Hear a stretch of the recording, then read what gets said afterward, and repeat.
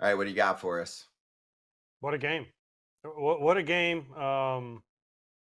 Yeah, I didn't know that a game could top the 15 inning game that we did at the end of the division series, but last night's kind of did. Only difference was it wasn't a winner take all game, but I mean, from defensive plays, offensive plays, base running, miscues, base running good, offensive guys. Kratz's lock can't get any kind of hit for him. I mean, the only guy that couldn't come through was his guy.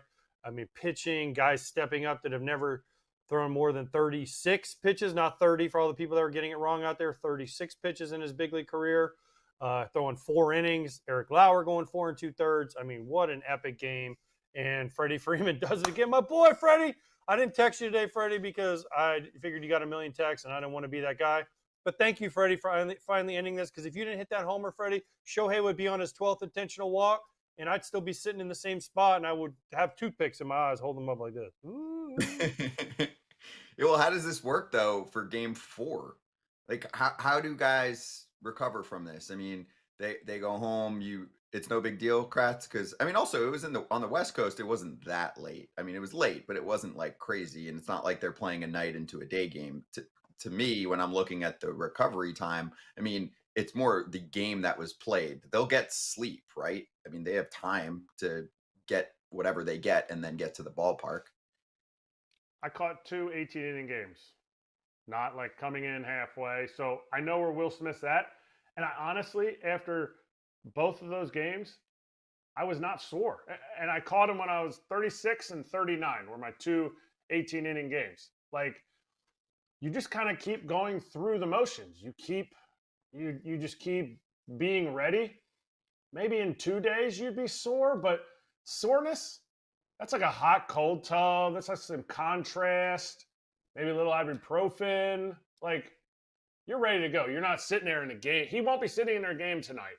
Or at least I was not sitting in the next game going, oh man, I can barely even move. Like, I don't even know how I'm going to be able to do this. Like, no, you physically, you just go out there and do it. Mentally, you're like, I hope we don't do that again. What about you, Listen, AJ? I caught, I think, an 18 inning game in the minor leagues, and I caught a 19 inning game in the big leagues the day before the All Star break. So I got lucky. And then but I had to go to the All Star game, and it was the game where Ozzie told me he was the manager in 2006 that I wasn't going to play no matter what. So I kind of just sat there like this and was like, "Cheers, boys! You guys go get them." And I was the last guy on the Coffee, bench. Coffee, 100%. coffee. And I remember that it got down. It was a close game, and Ozzy's like, "You're our last position player. We might have to use you." And I was like, "Me? You're gonna have to use me? Like, are you sure, Ozzy? Me? You want? I've had too much coffee." And so didn't end up needing me. But yeah, I mean, I wasn't sore. It was just more of I was a little bit tired because we had to jump on a flight after the game and fly to Pittsburgh, and we were in Chicago. But other than that, I wasn't sore, and I remember catching plenty of extra inning games, being like, "All right, I'm ready to go the next day." I think Will Smith will be fine. I think Alejandro Kirk will be fine. It's the freaking World Series. Figure it out. Go home, drink some extra coffee, whatever you got to do to get loose. I wasn't a big hot tub, cold tub guy, but some guys like that. Get a massage, whatever it takes to be ready. It's the World Series. These guys will be ready. AJ, I liked what John Schneider said after the game about a quote devastating loss. He didn't say that part, but his reply to losing a tough game like this was one game. And I know it sounds simple, but I mean, they're down 2 games to 1.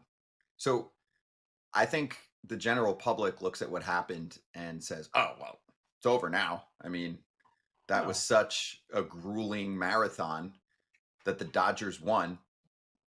I mean, they've got all the momentum. It's over. no, but I think it's more they look at the way the pitching is lined up. They push Bieber back. You have Shohei pitching tonight, who could be tired because he was on base 9 times last night, right? But Bieber didn't pitch great And his last cramped. time out. He did, yeah. I mean, he did cramp. Drink some. What did talk to Glass now? What's pickle juice? What did he say? He drinks pickle juice or Hmm. whatever. Glass now started drinking to get rid of his cramps. So Glass now knows how to get rid of cramps. But yeah, I mean, I think it's because Bieber's pitching. You have Shohei on the mound, then you have Snell, Yamamoto, all those guys lined up. The biggest question mark for me though is who's going to pitch because there's a bunch of guys that are down. I guess Bassett's available and some other guys are available, but you got to get some innings out of your starters today. So who's going to pitch? That's what's going to be fascinating to see who's available from the pitching side. And where's George Springer? Is George Springer okay today? Listen, it was one game. It just feels like when you use all these resources, the winner of these games usually comes out better. Now, I know when they had the 18-inning game last time in Dodger Stadium, the Red Sox used Evaldi for like 8 innings, and he ended up getting a loss, and they ended up winning the series. But the Blue Jays used a bunch more guys. The Dodgers used a bunch more guys. I just feel like with the Dodgers being at home, that's the momentum. That's the momentum that they're going to ride. But we'll see. We'll see. It's been a heck of a series. These first 3 games have been awesome to watch so far. I mean, pitching matchup. They've been behind the 8 ball in the pitching matchup the whole time. I think when you talk about these 4 guys, Shohei, Yamamoto, Blake Snell, and Glasnow, to me, the most like physically intimidating Monstar, as they were talking about, as John Schneider was talking about, saying they're like Space Jam, was Glasnow. And I thought they had a good approach against him. You're going to have to develop your approach against Shohei. And that's how they get back in this. Like, it's a devastating loss only if you make it devastating. Only if you sit there and you're riding home on the bus like, oh, I had a chance. We could have won this. Or you're like, in the regular season, how am I going to get after Shohei?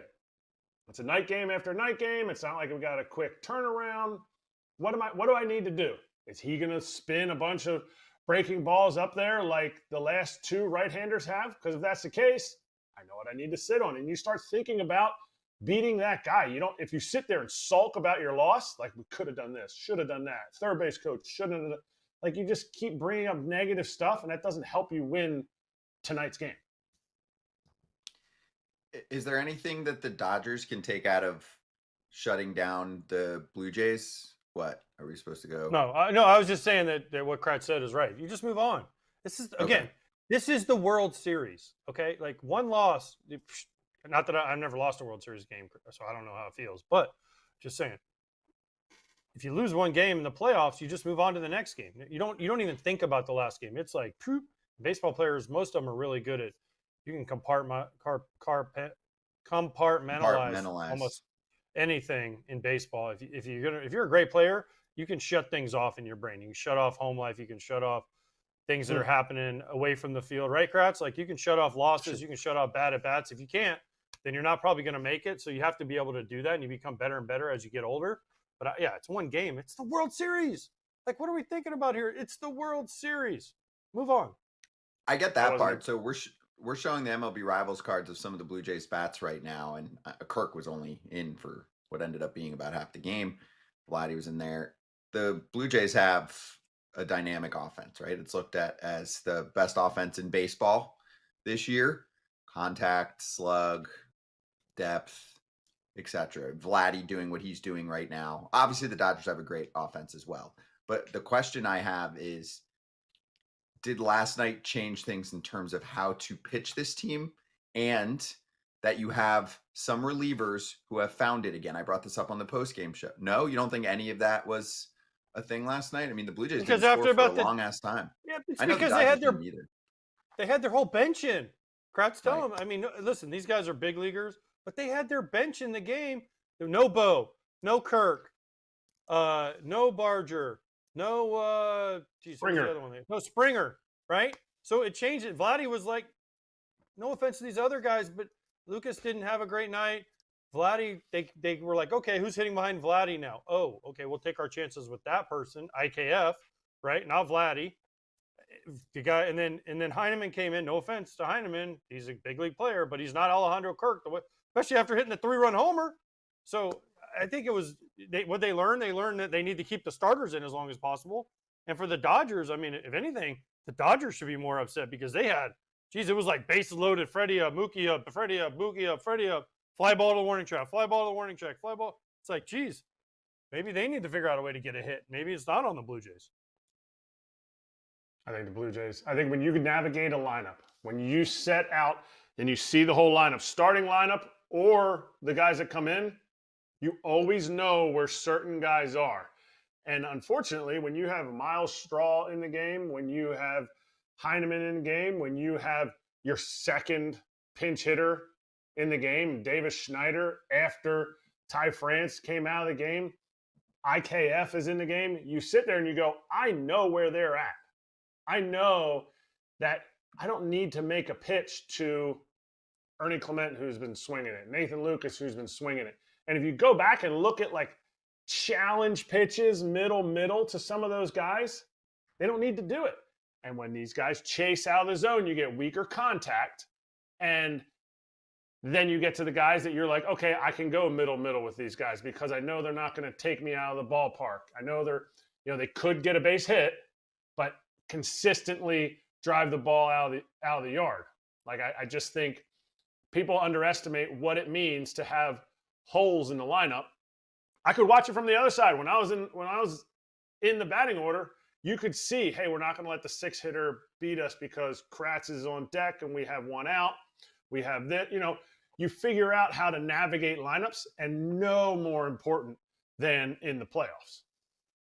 Yeah, look at the other side. I know the at-bats might look a little better the last couple games, but imagine if the 9 spot was getting on even a little bit more and how scary that would be for opposing pitchers facing Shohei Ohtani. Pages has been an auto out almost every time, and I think we all agree that he's the best option to start games, and he's the center fielder holding it down for a team that's got good up-the-middle defense here. But imagine if that was more of a problem spot. Oh, by the way, I just randomly thought about this. The one move where I was like, this is absolutely dumb and I disagree with this was intentionally walking Andres Jimenez. Do you guys agree with that? I'm like, that has to be something from the analytics office saying that this pitcher's pitches don't line up with Davis Schneider's swings. Because also, Davis Schneider this year has reverse splits.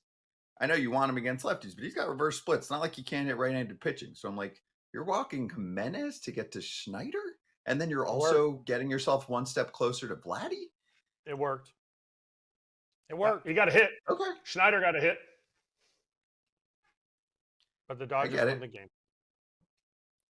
They did. I get it. But I agree with you, Scott. I felt like that was kind of a brain fart. That was like there's a lefty up there. Well, let's wait. Yeah. Let's walk him. Wait, no. Wait. We've been getting this guy. Kratz, listen, you want to know why? Because then you don't have, after the game, you don't have to answer the questions. Why'd you pitch to the lefty and say Jimenez gets a hit with the righty on deck? If you walk him, guess what? Then there's no questions. If Schneider gets a hit to win the game, then there's no questions. It's really this. You know this, Kratz. You've been around long enough, and I've been around long enough too. But here's the thing: like a lot of managers that you play for, and I'm not saying either manager in this series, but I played for managers that all they managed for was they had questions after the game.